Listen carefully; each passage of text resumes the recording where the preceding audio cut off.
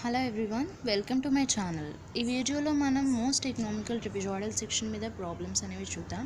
First problem is a open channel of most economical section having the form of half hexagon with horizontal bottom is required to give a maximum discharge of 20.2 meter cube per second of water. The slope of channel bottom is 1 in 2500.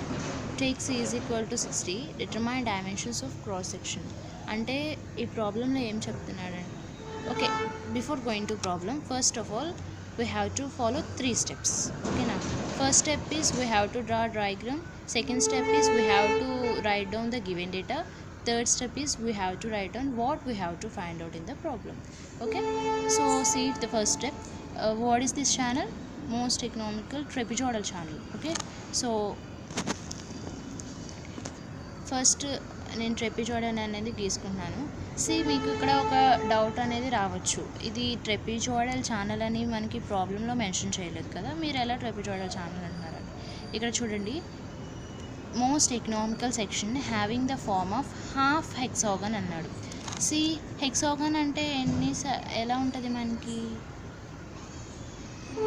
6 sides ఉంటాయి కదా, this is hexagon. So half hexagon అన్నాడంటే either this or this half తీసుకుంటున్నాం అంటే ఇది ఏ ఫామ్లో ఉంది? ట్రెపెజాయిడ్ ఫామ్లో ఉంది. సో అందుకని నేను ట్రెపెజాయిడల్ సెక్షన్ అనేది డ్రా చేస్తున్నాను. ఓకేనా? సో నేను డయాగ్రామ్ అనేది డ్రా చేశాను. సెకండ్ స్టెప్ ఏంటి? గివెన్ డేటా రాసుకోవడం. ఇక్కడ గివెన్ డేటా ఏమి ఇచ్చాడు? డిశ్చార్జ్ అనేది 20.2 మీటర్ క్యూబ్ పర్ సెకండ్ ఇచ్చాడు. So Q max equal to 20.2 metre cube per second. నేను ఇక్కడ మ్యాక్స్ అని ఎందుకన్నానంటే మ్యాక్సిమం డిశ్చార్జ్ అన్నాడు కాబట్టి. ఓకేనా? The slope of the channel bottom is 1 in 2500. అంటే బెడ్ స్లోప్ అనేది ఇచ్చాడు 1/2500 అని. Next takes is equal to 60 అన్నాడు, అంటే చీజీస్ కాన్స్టెంట్ అనేది 60 ఇచ్చాడు. మనకి సైడ్ స్లోప్ ఇచ్చాడు అంటే ఇవ్వలేదు. సో సైడ్ స్లోప్ అంటే ఏంటి? n/1. This is the side slope. So మనకి సైడ్ స్లోప్ నుంచి n వాల్యూ ఫైండ్ అవుట్ చేయడానికి tan θ ఈక్వల్ టు, ఇప్పుడు మనకి ఇది కదా సైడ్ స్లోప్ ఇచ్చాడు, సో ఇది తీటా కదా.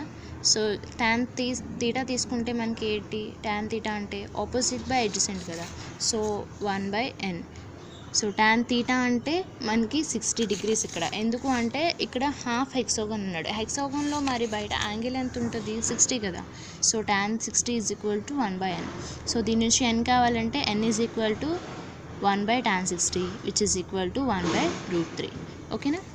So by most economical section of trapezoidal section అంటే మనం most economical trapezoidal section derivation చూసినట్లయితే AD/2 is equal to CD వస్తుంది, M is equal to D/2. ఇక్కడ AD అంటే nothing but top bottom. Okay, top bottom means B+2ND. So CD అంటే D√1+n². ఇవి మీకు కొంచెం ఎక్కడి నుంచి వచ్చిన డౌట్ వస్తే కనుక నా ప్రీవియస్ వీడియోలో మోస్ట్ ఎకనామికల్ ట్రెపెజాయిడల్ సెక్షన్ యొక్క డెరివేషన్ అనేది నేను చేశాను. సో మీరు అది చూస్తే మీకు ఈజీగా అర్థమైద్ది. So AD/2 is equal to CD means B+2ND/2 which is equal to D√1+n². So ఇక్కడ n వాల్యూ అనేది మనం 1/√3 అని ఫైండ్ అవుట్ చేసాం. సో అదే సబ్స్టిట్యూట్ చేస్తున్నాం. B+2 × 1/√3 × D/2 is equal to D√1+1/√3 so next ఏం చేస్తున్నానంటే ఈ 2ని ఇటు తీసుకెళ్తున్నా. B+2 × 1/√3 అంటే 2/√3 కదా. సో 2/√3 వాల్యూ ఎంత అంటే 1.154. So B+1.154D is equal to ఈ 2ని ఇటు తీసుకెళ్తే 2D × √1+1/√3 వాల్యూ అనేది మనం క్యాలిక్యులేట్ చేస్తే 1.154 వస్తుంది. సో డైరెక్ట్గా నేను వేస్తాను 1.154. ఓకేనా? సో నెక్స్ట్ ఏంటంటే B+1.154D ఈజ్ ఈక్వల్ టు ఈ 2ని మనం లోపలికి తీసుకెళ్ళిపోతున్నాం. అంటే 2 × 1.154. 2 × 1.154 మీన్స్ 2.309D. ఓకేనా? సో ఇది డీనే కదా. సో దీన్ని తీసుకెళ్దాం. B is equal to 2.309D minus 1.154D. B is equal to D common తీసామంటే 2.309 minus 1.154 which is equal to 1.155. So మొత్తానికి Bకి Dకి మధ్య రిలేషన్ ఏమొచ్చింది? B is equal to 1.155D. ఓకేనా? సో నెక్స్ట్ మనం ఏరియా తీసుకున్నామంటే ట్రెపెజాయిడ్ యొక్క area top width plus bottom width by 2 into D, అది ఏరియా యొక్క ఫార్ములా. సో ఇక్కడ మనం డయాగ్రామ్ చూసినట్లయితే టాప్ విడ్త్ ఏంటి, ఏడి ప్లస్ బాటమ్ విడ్త్ అంటే బీసీ బై 2 ఇంటూ డి అంటే డెప్త్. ఓకేనా, సో అదే రాసుకున్నాం. అగైన్ ఏడి అంటే మనకి ఏంటి, most economical trapezoidal section derivation నుంచి ఏడి వాల్యూ ఎంత, B plus 2ND. BC means breadth of the trapezoidal channel కదా, సో నేను బి రాసుకున్నా. B plus 2ND plus B by 2 into D. B plus B అంటే 2b, so 2b plus 2ND by 2 into D. So పైన 2 plus 2ND ఉంది కదా, ఆ రెండిట్లో నుంచి 2 కామన్ తీసి క్యాన్సిల్ చేసామని 2 కామన్ తీసామనుకోండి, బి ప్లస్ ND వస్తుంది. పైన కింద ఓకే, మీకు కన్ఫ్యూజింగ్ లేకుండా రాస్తాను మళ్ళీ. 2b plus 2ND by 2 into D. So ఇందులోంచి మనం 2 కామన్ తీసామనుకోండి, B plus ND by 2 into D. ఓకేనా, ఈ 2 క్యాన్సిల్ అయిపోతుంది. సో అదే ఇక్కడ నేను డైరెక్ట్గా రాస్తాను స్టెప్.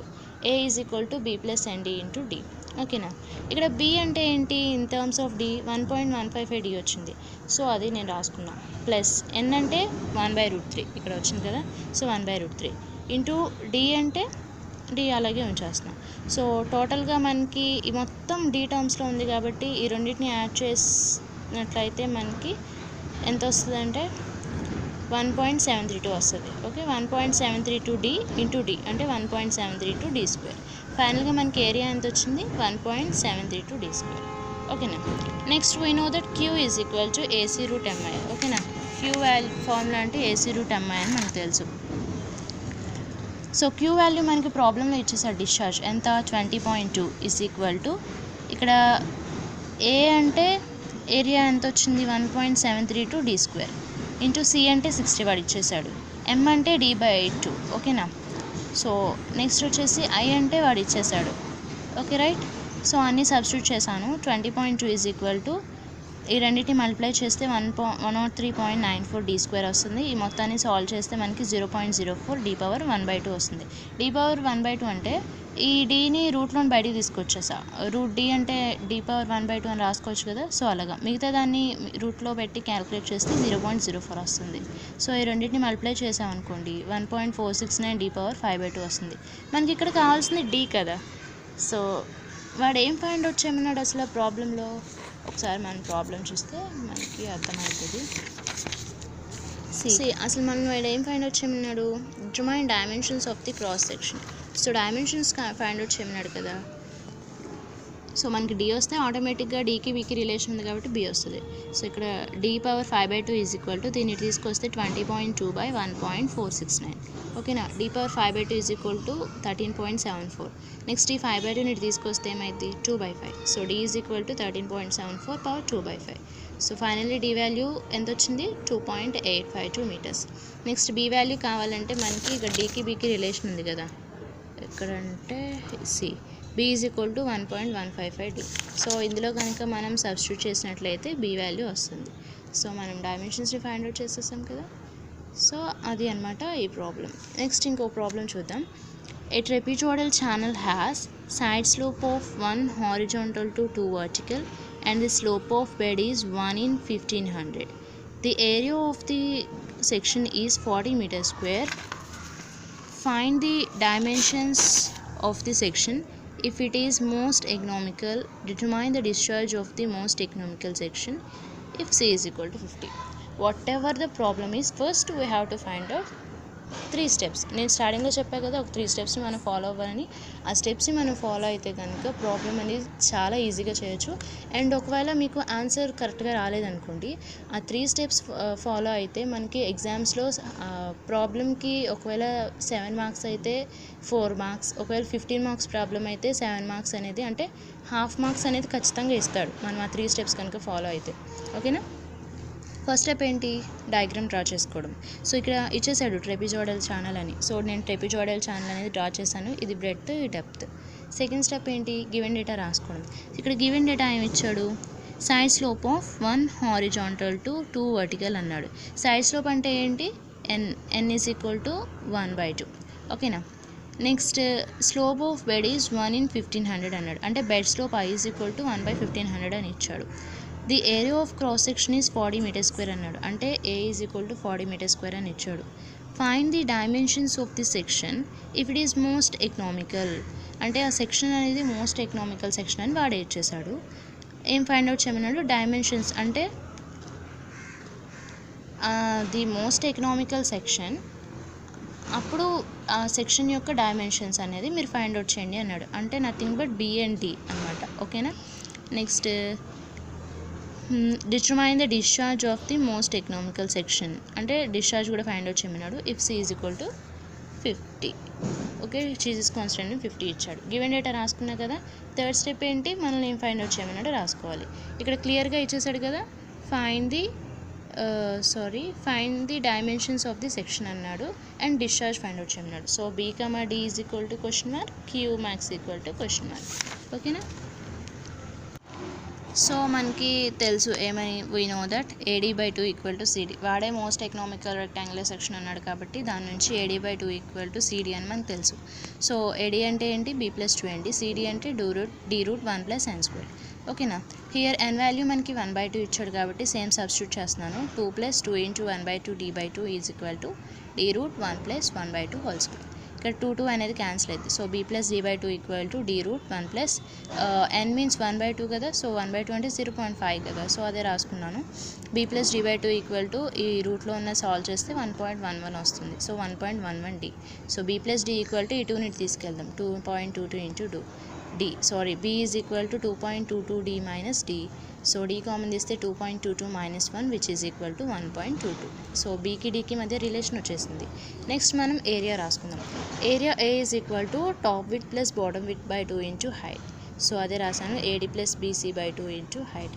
బీసీ అంటే బి, ఏడి అంటే బీ ప్లస్ 2 అండి. ఈ వాల్యూస్ మనకి మళ్ళీ చెప్తున్నాను నేను, మోస్ట్ ఎకనామికల్ ట్రెపెజాయిడల్ సెక్షన్ వస్తుంది. మీరు అది చూసిన తర్వాత ఇది చూడండి, అప్పుడు ఈజీగా అర్థమైద్ది. లేదంటే ఈ వాల్యూస్ ఎక్కడి నుంచి వచ్చినాయి మీకు అసలు అర్థం కాదు.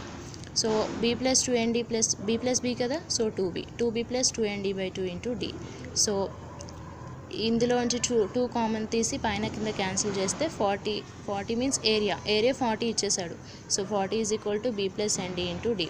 40 ఈజ్ ఈక్వల్ టు బి అంటే ఏంటి ఇక్కడ 1.22d. సో 1.22d ప్లస్ ఎన్ అంటే 1/2 అంటే 0 పాయింట్ కదా. సో అది రాసుకున్నా 0.5d ఇంటూ డి.